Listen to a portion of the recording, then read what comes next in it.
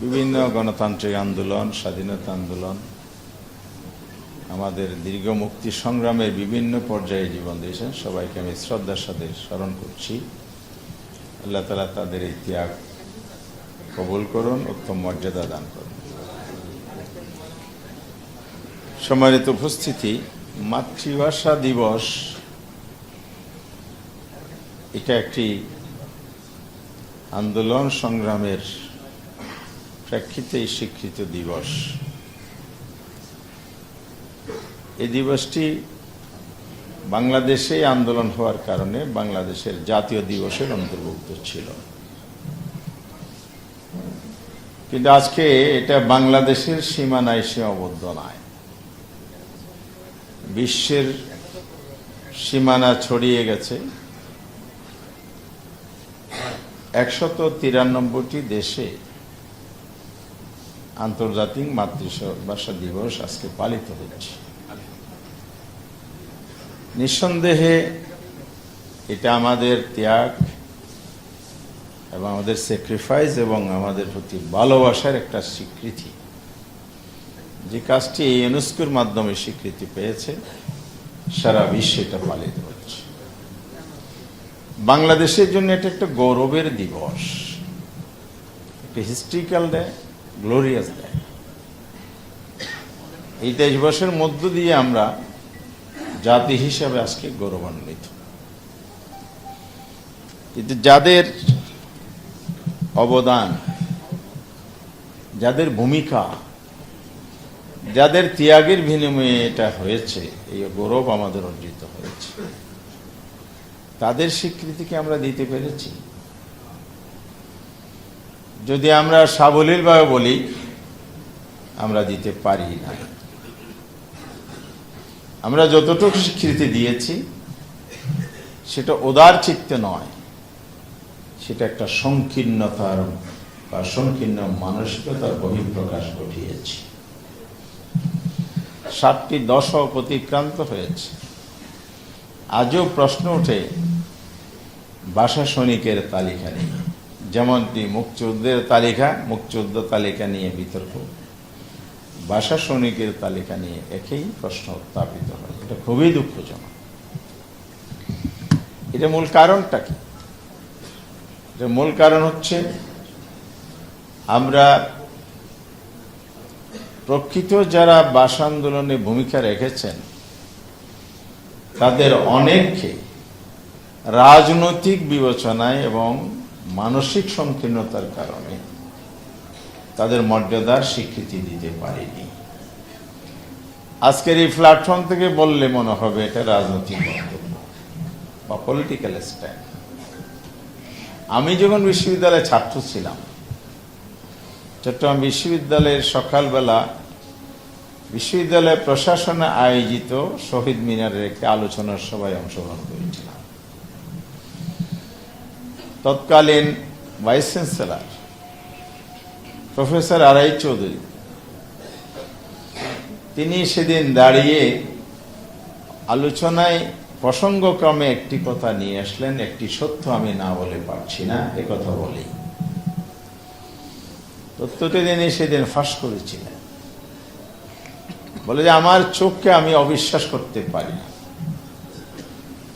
52 ভাষা আন্দোলনের হরতাল 44 দ্বারা উপেক্ষা করে যারা সেদিন পিকেটিং করেছিলেন, পুলিশের হাতে গ্রেফতার হয়েছিলেন, তিনি বলছেন, আরে স্বদেশ, আমি বিশ্ববিদ্যালয়ের ছাত্র হিসেবে আমি দেখেছি পুলিশের ভ্যানে কারা কারা ছিলেন, তার মধ্যে একজন নেতা ছিলেন যার নাম অধ্যাপক গোলাম আজম। কিন্তু দুর্ভাগ্যজনক হলো এই স্বীকৃতিটা এই জাতি আজও দিতে পারে না এবং অনুশোচনা করেছিলেন। ভাষা আন্দোলনের ইতিহাস বিকৃত হয়েছে, একথা আমরা বলছি। ভাষা আন্দোলন বলতে আমরা 52 আন্দোলন বলি। আজকে আমাদের প্রধানমন্ত্রীর মাননীয় প্রধানের বাণীতেও আমি দেখেছি, সূক্ষ্মভাবে পর্যবেক্ষণ দেখলাম বাণীতে কি আছে, যেহেতু উনি বাংলাদেশের প্রধানমন্ত্রী, সরকার প্রধান, উনি 52কেই অ্যাড্রেস করেছেন।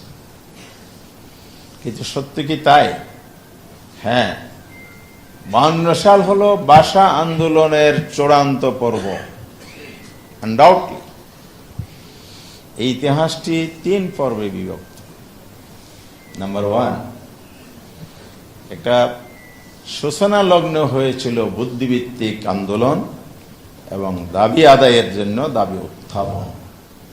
সেটা 1917 সাল থেকে শুরু হয়েছে। 20 সালে যখন বিশ্বযুদ্ধ পরবর্তী সময়ে গান্ধীজি, মহাত্মা গান্ধী যখন রবীন্দ্রনাথ ঠাকুরকে চিঠি লিখলেন, আমরা তো আবার স্বাধীনতা আন্দোলনে যাচ্ছি। বিশ্বযুদ্ধের আগে কিন্তু স্বাধীন আন্দোলন শুরু হয়, যুদ্ধের কারণে থেমে গেছে।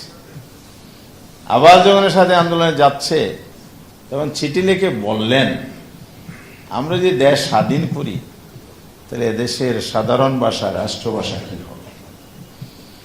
রবি ঠাকুর সেদিন লিখিত জবাব দেন নাই। 20 সালে এসে শান্তিনিকেতনে একটা সম্মেলন হয়েছে।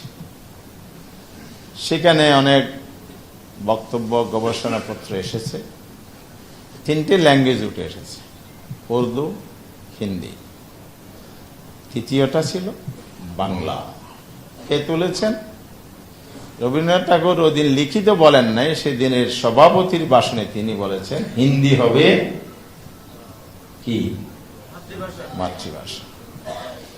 মুসলিম লীগের স্ট্যান্ড ছিল উর্দুর পক্ষে। ডক্টর শহীদুল্লাহ তিনি নানা স্ট্যাটিস্টিক দিয়ে বলেছেন যে উপমহাদেশে ব্রিটিশ ভারতে যারা বসবাস করছে তাদের অধিকাংশ হচ্ছে বাংলাভাষী। সুতরাং বাংলায় হওয়া উচিত রাষ্ট্রভাষা। তাহলে এই দাবি উত্থাপিত হয়েছে 1920 সালে। এরপরে 28 সালের নেহরু রিপোর্ট ইতিহাসের বিভিন্ন পর্যায়ে আছে। স্বাধীন হওয়ার আগ পর্যন্ত 47 সালে দাবি দেওয়া, লেখালেখি নানাভাবে একটি ইতিহাস আছে বুদ্ধিভিত্তিক আন্দোলন হিসেবে। দেশ স্বাধীন হওয়ার পরে 48 এবং 49, এটা সেকেন্ড পার্ট। এই অধ্যায়ে রাষ্ট্রভাষা আন্দোলন রাজপথের কর্মসূচি হিসেবে চলে আসে। সূচনাকারী তমদ্দুন মজলিসের সাংস্কৃতিক আন্দোলনের মধ্য দিয়ে। প্রথমটা ছিল বুদ্ধিভিত্তিক মুভমেন্ট, সেকেন্ড হলো কালচারাল মুভমেন্ট। কারণ হচ্ছে মাতৃভাষা, ভাষা হচ্ছে শিক্ষার মাধ্যম, আত্মপরিচয়, একটি জাতির পরিচয়ের মাধ্যম। কে কোন জাতি পরিচয় প্রকাশ পাবে তার ভাষা। এরপরে জাতিসত্তার পরিচয়, যেটা বললাম। তৃতীয় হচ্ছে কালচারের মাধ্যম। আমরা সংস্কৃতির বিকাশ ঘটাতে হলে ভাষা। কোরআনের আয়াত, সূরা ইব্রাহিমের এগুলো আলোচনা হয়েছে, আমি সেদিকে যাচ্ছি না। সব ভাষাই ইসলামের দৃষ্টিতে সম্মানজনক, যেহেতু এটা আল্লাহর প্রদত্ত নিয়ামত। প্রত্যেক নবী পাঠিয়েছেন তার নিজস্ব ভাষা। তাহলে ভাষায় হচ্ছে আমার নিজের ভাষায় কথা বলা, শিক্ষা লাভ করা, আমার পাঠ্যপুস্তক, আমার official letter, corresponding and others communication, সব কিছুর মধ্যে ভাষা শক্তিশালী। ভাষা বা আমার কালচারকে বহন করে। তো সব মিলিয়ে কথা হচ্ছে এই যে ভাষা আন্দোলনটা হয়েছে, এটা আমার অধিকারের আন্দোলন। অধিকার আদায়ের জন্য আমার অধিকারটা দেয়া হয়নি। কেন দেয়া হলো না? এটা কেন এটা হয়েছে? কায়েদে আজম মোহাম্মদ আলী জিন্নাহ যখন দেশ স্বাধীন হওয়ার পর 19 তারিখ সেই সময়ে আসলেন, তিনি ভাষণ দিলেন 2 জায়গায়, রিপিট করেছেন Urdu and Urdu state language of Pakistan.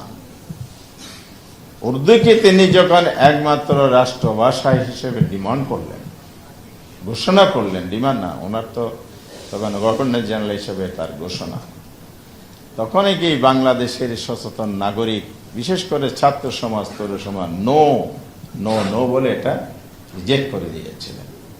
এবং দাবি ছিল রাষ্ট্রভাষা বাংলার চাই। সংগ্রাম পরিষদ হলো, আন্দোলন হয়েছে। সেই আন্দোলনে অনেকেই গ্রেফতার হয়েছিলেন। একটু আগে আমি যাদের কথা বলেছি, শেখ মুজিবুর রহমানও গ্রেফতার হয়েছিলেন, আদৌ গোলাম আজম গ্রেফতার হয়েছিলেন, আরো অনেক জাতীয় নেতৃবৃন্দ গ্রেফতার হয়েছিলেন। তাহলে এই পর্বটা ছিল আন্দোলন সংগ্রামের মধ্যে একটা কালচারাল মুভমেন্টটাকে পলিটিক্যাল মুভমেন্টে রূপ দেয়া। বাংলাদেশের অর্থাৎ এই বাংলার সেই সময়ের সবচাইতে আলোচিত বড় ইস্যু ছিল রাষ্ট্রভাষা আন্দোলনেই, এটা ছিল পলিটিক্যাল ইস্যু। পরবর্তী সময়ে যেহেতু দাবি আদায় হয়নি, আবার 52 পর্যন্ত যে পর্বটা শুরু হয়েছে সেটা ছিল চূড়ান্ত পর্ব। প্রথমে লিয়াকত আলী খান, প্রথম প্রধানমন্ত্রী পাকিস্তানের, তিনি ঘোষণা দিয়েছিলেন। তিনি মারা যাওয়ার পরে খাজা নাজিমুদ্দিন আসলেন, তিনি আবার রিপিট করলেন। তখন আন্দোলন চূড়ান্ত হল।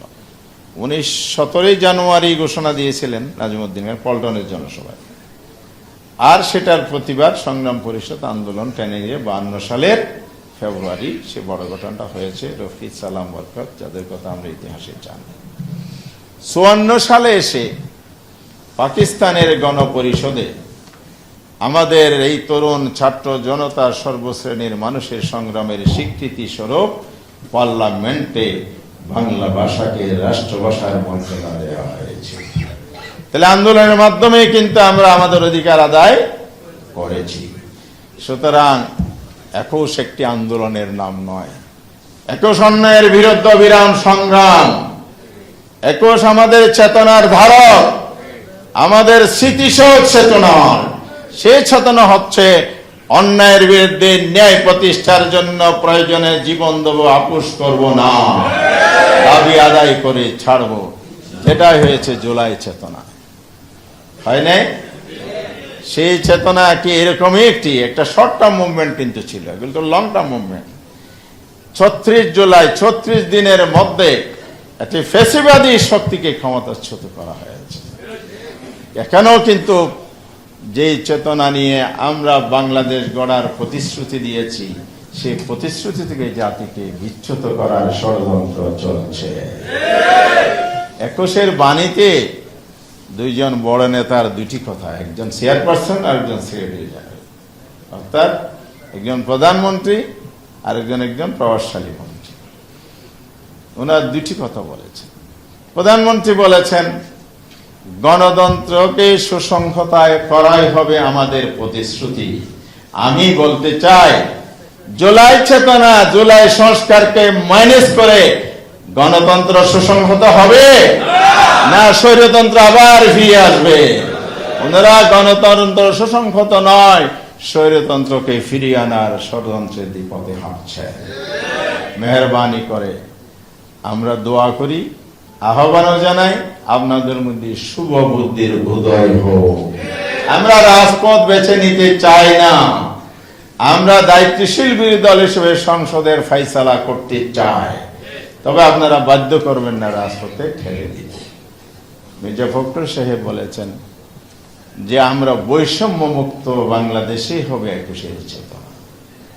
আপনি জুলাই বিপ্লব বাদ দিয়ে ডিনাই করে সংবিধান সংস্কারের শপথ উপেক্ষা করে আপনি সংস্কার না করে কিভাবে বৈষম্যমুক্ত বাংলাদেশ করবেন? জুলাই বিপ্লবিত হয়েছিল বৈষম্যমুক্ত বাংলাদেশের জন্য। মূল চেতনা তো এটাই, ইনসাফের বাংলাদেশ, মানবিক নিরাপদ বাংলাদেশ। সুন্দর বাক্য আপনারা বলছেন, কথা কাজে ভাই মিল নাই। আল্লাহর ওয়াস্তে আর রক্ত ঝরাইয়েন না। গণতন্ত্রের জন্য রক্তকরণ জীবন দেওয়ার দীর্ঘ ইতিহাস পার হয়েছি, এবার আমরা দেশটাকে গড়তে চাই।